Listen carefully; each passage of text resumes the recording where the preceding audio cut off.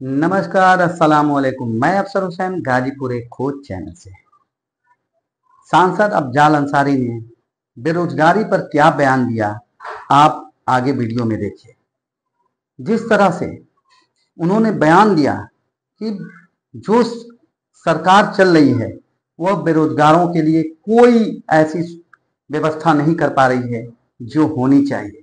नौजवान भाग गया है, नौजवान परेशान हो गया है रोजगार को लेकर। आगे वीडियो में आइए सांसद अफजाल अंसारी को सुनते हैं। कि साहब आप लोग 400 पार का नारा कैसे दे रहे हैं? तो हमारे सरकार के मुखिया कहते थे 80 तो उत्तर प्रदेश से हम ही दे रहे हैं। अरे भाई एक आध तो छोड़ दीजिए। माननीय अखिलेश जी भी चुनाव लड़ने जा रहे हैं, कम से कम उनकी सीट को तो मान लीजिए। ना उनकी भी सीट नहीं। अरे तो नेताजी की सीट है मैनपुरी वाली, माननीय डिम्पल यादव की सीट तो मान लीजिए ना। उनको नहीं, लाखों से हराएंगे पूरी 80 में 80। और जनता ने औकात नाप दिया। बेईमानी 4 सीटों पर हुई, उसके बाद भी 33 सीट में सिमट गए। और समाजवादियों को प्रदेश की जनता ने 37 सीटों तक पहुंचा दिया। सहयोगी दल को 6 सीटें और मिली। और भारतीय जनता पार्टी भली भांति समझ चुकी है, क्योंकि रिक्त सीटों पर चुनाव सबके साथ ही यूपी में हो गया था, लेकिन डर था, खौफ था, इसलिए यूपी का चुनाव रोका गया। पूरे देश में जहां कहीं रिक्त सीटें थी वहां चुनाव हो गया, यूपी का रोक के रखा गया। माहौल कुछ बदले तब करेंगे। माहौल बनाने का प्रयास हुआ, बटोगे कटोगे का नारा दिया गया, माहौल फिर भी नहीं बिगड़ा। लेकिन उनके इस कोड वर्ड को, ये नारा सही बहराइच ये कोड वर्ड है, ये नारा नहीं कोड वर्ड है। बहराइच में जो हुआ उन अराजक तत्वों के लिए कोड वर्ड है कि आप जो कुछ करना है कर दो।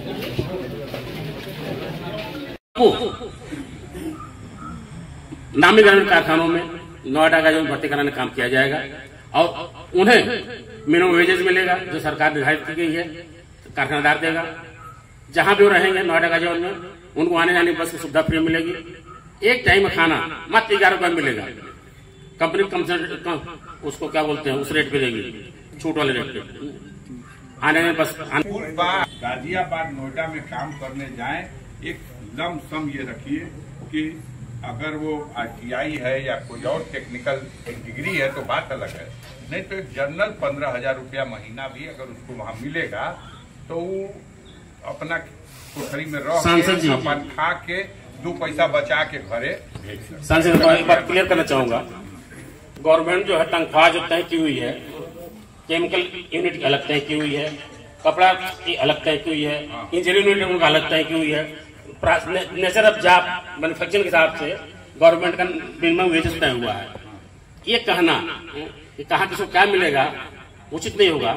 किस तरह कारखाने में जॉब लगेगा, हाँ ये श्योर है कि मिनिमम वेज उन्हें गवर्नमेंट जो निर्धारित जरूर मिलेगा, चौने नहीं कटेगा। मिनिमम वेज भी क्या है कुछ अंदाज? अब जैसे हाँ, हम जो बड़ी कंपनी की बात करना चाहता हूँ, लगभग 14,500 का तनख्वाह मिलेगा।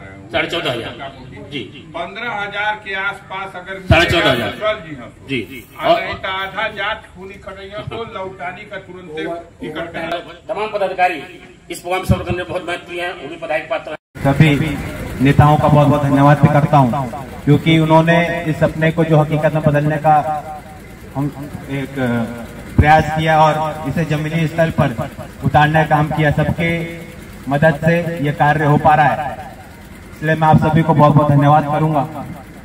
और हमारे मीडिया के साथियों को मैं एक बार पुनः बोलूंगा कि आप लोगों का बहुत बड़ा रोल होगा इसमें, कि ज्यादा से ज्यादा लोगों तक, हमारे नौजवानों तक यह सूचना पहुंचे, जिससे कि वह अपने उनको एक मौका मिले जो रोजगार का, उसे अपना पाए।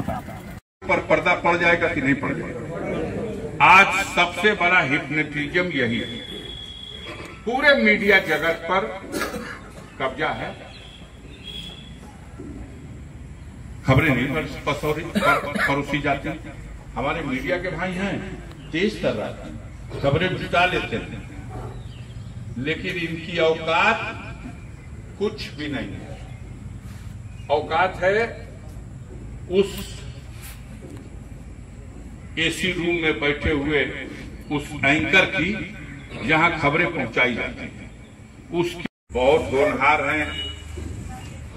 तो एक बैट लेकर के, एक गेंद लेकर के बगीचा में चल जाते हैं।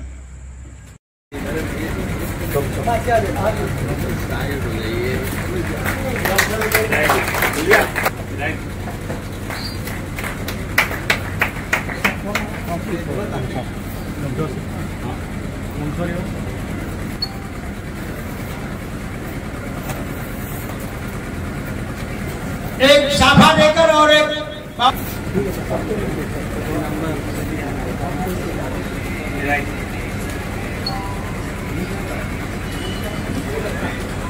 हवा टूट जाता था, फिर वही में जाकर मार लेते हैं, तो पीछे आड़ लेते। ऐसा बुरा दृश्य है, क्योंकि निराश है हमारा नौजवान, उदास है हमारा नौजवान, अपने भविष्य के प्रति चिंतित है, और समस्या का समाधान होगा वो ये आशा छोड़ चुका है। ठगा गया है, कई बार ठगा गया है। बीटीसी परीक्षा 30 लाख परीक्षार्थी, अभी उनका रिजल्ट अगले निकले, आज बोले अगला बीटीसी परीक्षा खातिर फिर निकल गई, फिर 35 लाख परीक्षा देव खातिर आदमी तैयार नहीं। 3 बार का तो यही हो रहा कि नहीं हो रहा? तो निराश और उदास वो नौजवान भटक गया है। उसका कसूर नहीं है, हमने देश में ऐसी व्यवस्था नहीं की। ये भी सही है कि पहले भी नौकरियां कम थी, लेकिन यह भी सही है कि पहले इसके अनुसार, आज के अनुसार संसाधन भी बहुत कम थे। आज संसाधन है। हम रोज तय करते हैं अपने कमरे में बैठ करके कि हर विभाग का तनख्वाह देश को सेवाएं दी, और उनके युवा सुपुत्र अंकित भारती जी, तो इन लोगों ने जो सपना देखा है, हमारी शुभकामना है कि वो सपना साकार हो और कुछ गरीब बेरोजगार नौजवानों का कल्याण हो। जोखिम है, बिल्कुल ठीक कहा हमारे जिला अध्यक्ष ने। ये इतना जटिल सवाल है कि एक तरफ सरकार विफल है इस विषय में, रोजगार देने में। अगर देखा जाए तो पिछले दिनों उत्तर प्रदेश में लखनऊ के राजधानी में एक बहुत बड़ा उद्योगपतियों को आमंत्रित किया गया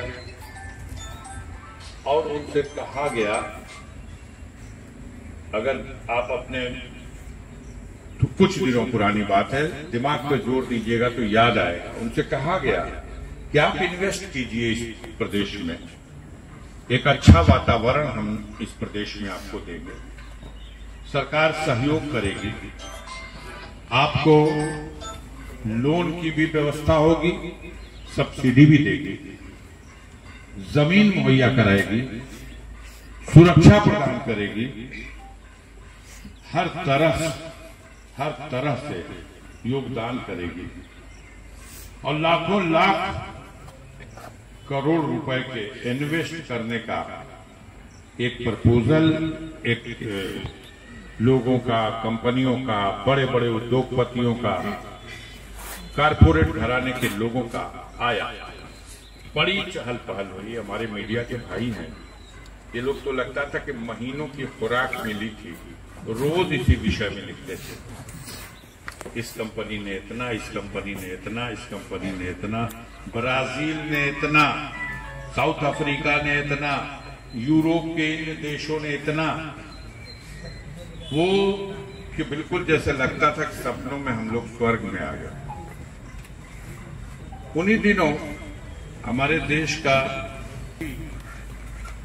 बल्कि नंबर 1 का समाचार पत्र है द हिंदू, उसने एक समाचार प्रकाशित किया इस सेमिनार के 1 महीने के बाद कि जो भी बजट जिसका प्रस्ताव आया है, ने इतना, सिंघानिया ने इतना, अंबानी ने इतना, अडानी ने इतना, आपके गाजीपुर जनपद से भी इतना, हर जगह का प्रस्ताव गया।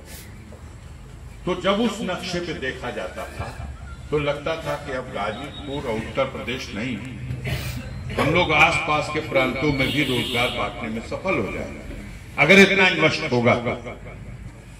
बाद में द हिंदू ने खबर छापी कि जो प्रारूप तैयार किया गया है, प्रस्ताव आया है, उसका 90% भाग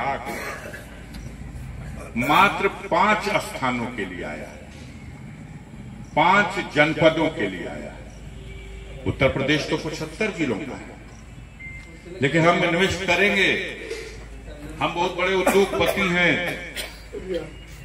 हम पैसा लगाएंगे, लेकिन यूपी के 5 जगह के लिए 90%, जितना प्रस्ताव आया था उसका 90% सिर्फ 5 स्थान पर।